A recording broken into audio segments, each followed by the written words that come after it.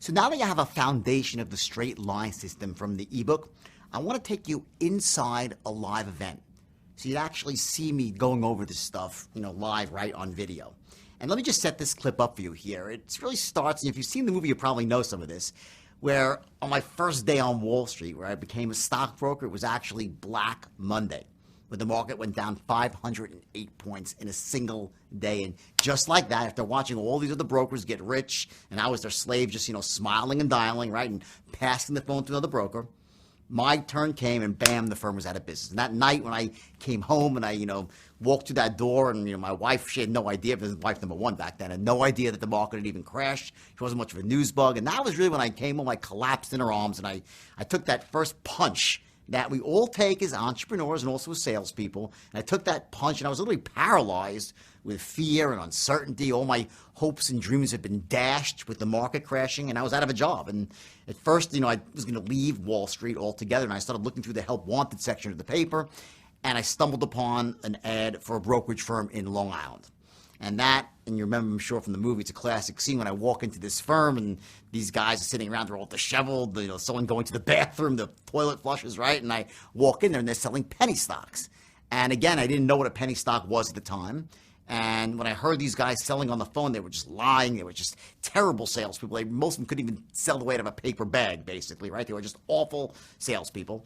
And I sat down and I realized the commissions were huge, and they, handed me a list of 7 stocks. So I picked one, which I think it was the dog with the least fleas. It was called Arncliffe National. And I started writing myself a script. And again, this is pre-straight lines, just my own ideas of what I should be saying on the phone to close the deal. And I heard a lot of stuff those 7 or 8 months when I was training on Wall Street, right? Now it was my chance to shine on the telephone.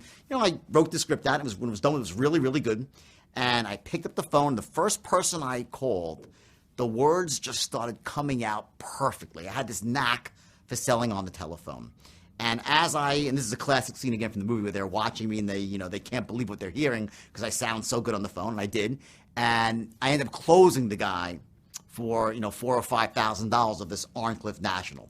And when I'm done, the guy's like, how'd you do that? What were you doing? And from that point forward, I developed this little sort of cult following of these, young guys that would listen to me, and I was training them. It was pre-straight line. We were selling penny stocks to average moms and pops. It was a pretty easy sale as far as, my book, right?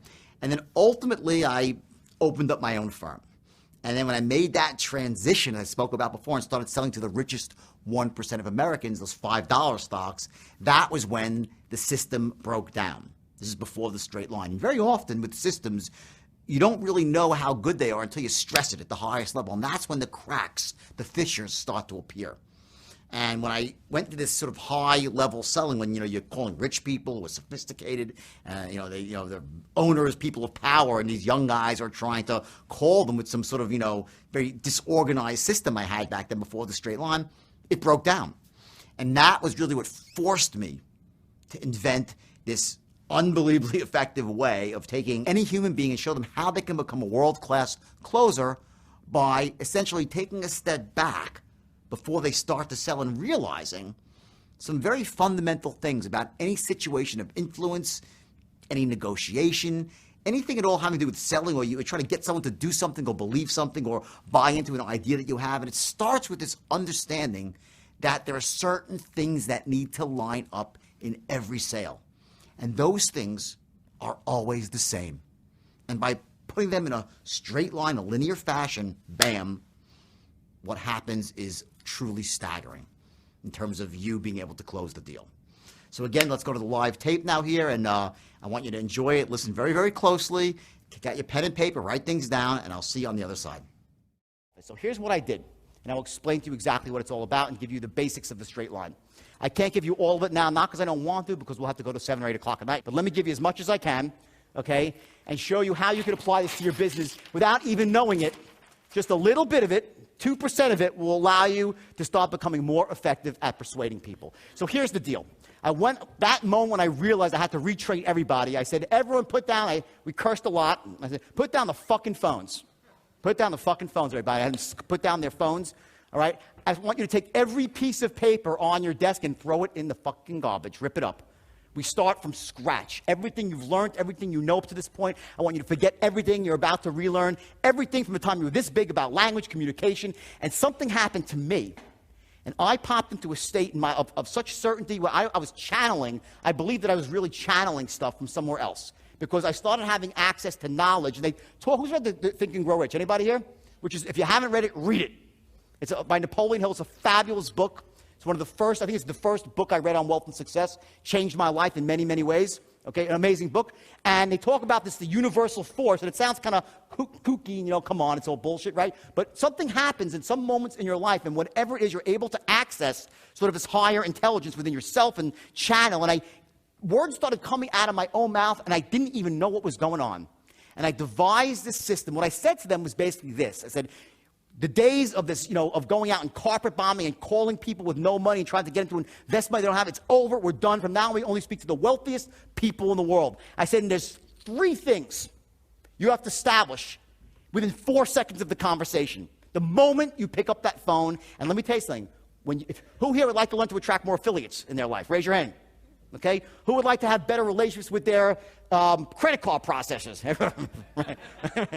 I said, there's 3 things that have to be established.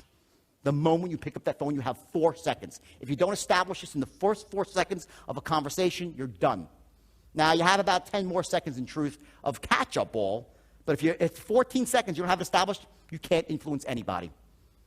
You're done.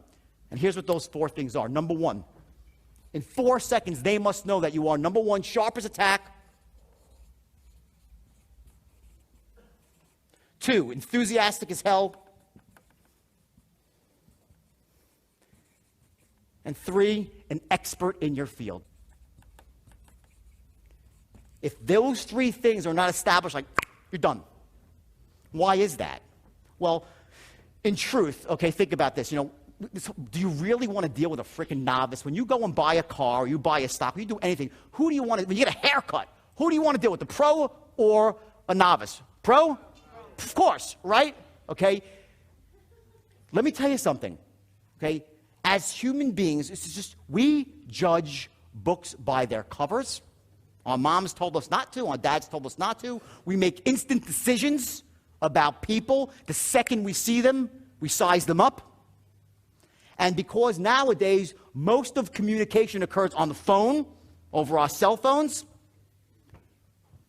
you're not even seeing them. So how is that person sizing you up if they can't see you?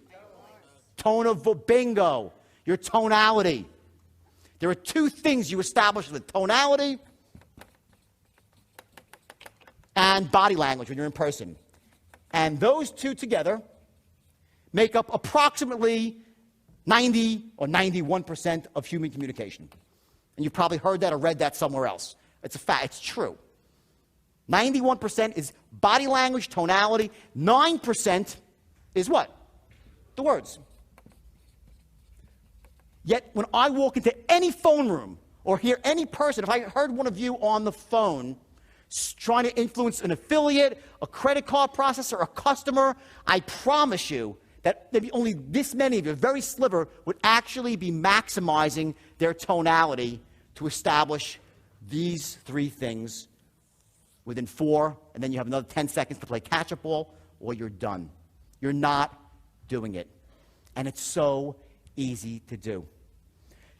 Overall, there are 29 tonal patterns. You're like, fuck, 29, that's too much for them. You're already using them. You just don't know it. And because you don't know what they are and what they can do emotionally to the person you're speaking to, you don't trigger them at the right time. You understand that concept? You do it, you're saying this stuff anyway. Who's had a time in their life where they felt really certain and spoke certain? Raise your hand. Okay, fine. Who here has had a time in their life when they felt like something was really in short supply and they called someone and told a secret? Raise your hand. Who's told a secret before? Who hasn't told a secret in their life? Come on. Everyone raise your hand if you told a secret. When you tell a secret, what do? You whisper, okay? Let me tell you something, okay? Whispering on a phone call, influencing, is so powerful when you whisper at the right moment, when you lower your voice, when you raise your voice, when you lower your voice. Speeding up, slowing down. Taking a declarative statement and turning it into a question. You must become the most effective communicator you can be, and that means mastering the art of tonality.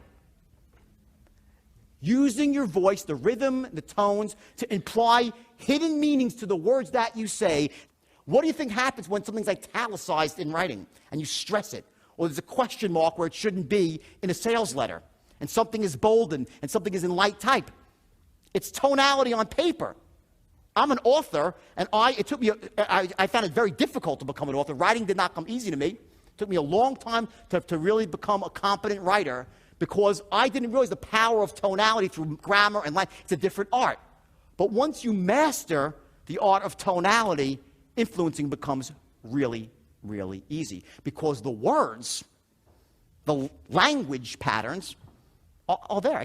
I'll hand them to you on a silver platter. The language patterns to influence are there. Some of them border on hypnotic language patterns. Some of them are very basic and just cut to logical ways the brain works. Some cut to emotional reasons why people take action. But the language patterns are easy. What people don't pay enough attention to is what really influences people, which is tonality. And secondly, your body language. Here's the irony of body language. When it's in person, people start sizing up in 1/24th of a second. They did a study with this, meant that there's a brain machine where they can actually see what's happening as you see a new person. And they saw, boom, 1/24th of a second, it's up and down. Huge spike, and you're down. The brain calculates that fast in body language. So when I teach people how to become effective influencers and closers, it's not about becoming some hard-charging, cliched salesperson. Sometimes that's called for in some industries. But more often, it's not about that. More often, it's about being mellow and being persuasive by using tonalities that are pleasing to the ear and that insert subliminal messages as you're talking. And here's what those messages are. Number one, A, that you care. I care. This is the number one most important thing that has to be established on a subconscious, not a conscious. Tell someone I really care about you. They'll say, what a freaking lying sack of shit salesman this is. I care. I really care about you. People don't believe you when you say you care. Ultimately, when they know you, yes, you get to that point. The way you establish that you care about someone is through your tone of voice. From an empathetic, sympathetic tone used in precisely the right point of an oral presentation. And so they won't even know why. That people will feel, wow, this guy really cares, this girl, she really cares about me. So number one is you have to establish that you care. Number two, that you're just like them. People make decisions, want to do business with people who are like them, not who are opposite of them. When you go out and join a club, a country club, or any organization, you don't say, wow, this is a really great place. There's not a soul there who's like me. No. You go and say, wow, everyone else is a cool place. They share my interests. They're just like me. So you join, you associate. When you're trying to influence somebody, okay, the perception has to be, I'm just like you. Now, the mistake most salespeople make, okay, and what I'm getting at here is something called, starts with R. Anyone want to guess it? Rapport, right, which is a word we all know well, which is the most misunderstood word in the English language, in my book. It's ridiculous. What people think constitutes rapport is often repulsive. You know what repulsive means? To repel. I don't mean like you're repulsive looking, okay? But you can either be repulsive or attractive. Who knows repulsive people? Raise your hand. We all know repulsive people. What is it about them that's repulsive? Is it usually their words? More often than not, it's their body language and their freaking tone of, you can't even talk to them. And other people, yet, when they talk to you, they have what's called charisma. You're attracted to them, you want to be around them, you want to do business with them. Some people say, well, Jordan, and here's a reason. People with reason, I don't have charisma, it's not who I am. Shut up. Get some fucking charisma. You can learn. That's bullshit. That's the bullshit story. Anybody can learn to have charisma. Because it's made of body language and tonality. That's it. And not saying stupid shit, okay? But mostly, it's about body language. Don't tell me you don't have charisma. I'll teach you to have charisma. It's not some magic frickin' bottle, okay? The point is this sort of that magic bullet, this is charisma, this sort of What is it? It's fucking simple, everybody. Tonality, body language, without saying stupid shit. So what I taught my brokers, okay, and I really didn't even know this. Is like now I have it broken down so mathematically, because what happened many years later is when when the book came out and the movie was announced, I started getting offers to come speak all over the world. And I was like, shit, well, they was like, we want you to train our salesmen, train us to become closers all over, like Deutsche Bank, Goldman Sachs, Credit Suisse, our Royal Bank, and biggest brokerage firms in the world, then companies like Symantec, I mean, huge companies. I'm like, fuck, well, they want me to, like, we need 3 hours for you to teach. I'm like, 3 hours? I had these guys captive for years. See, what happened was, so I started teaching these guys the straight line system. And I'll show you visually what the straight line is.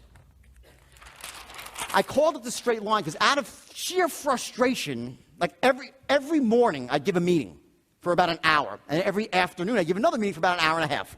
Every day for 5 years.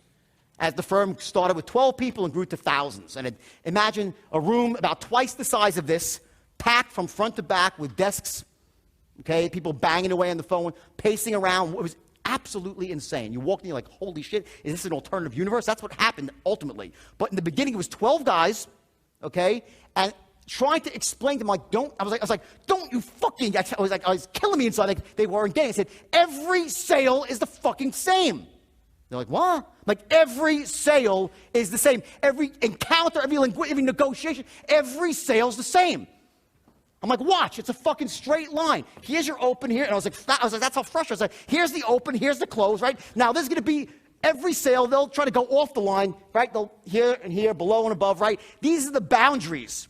You will not allow the encounter to go outside the boundaries. And that is called what? Controlling the sale.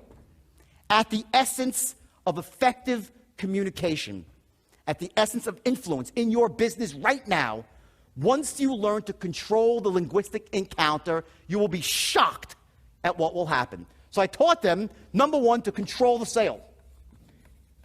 Here's the perfect sale, where they agree with everything you say. From the first word you utter, they're on board with you. They're saying yes to every question you ask.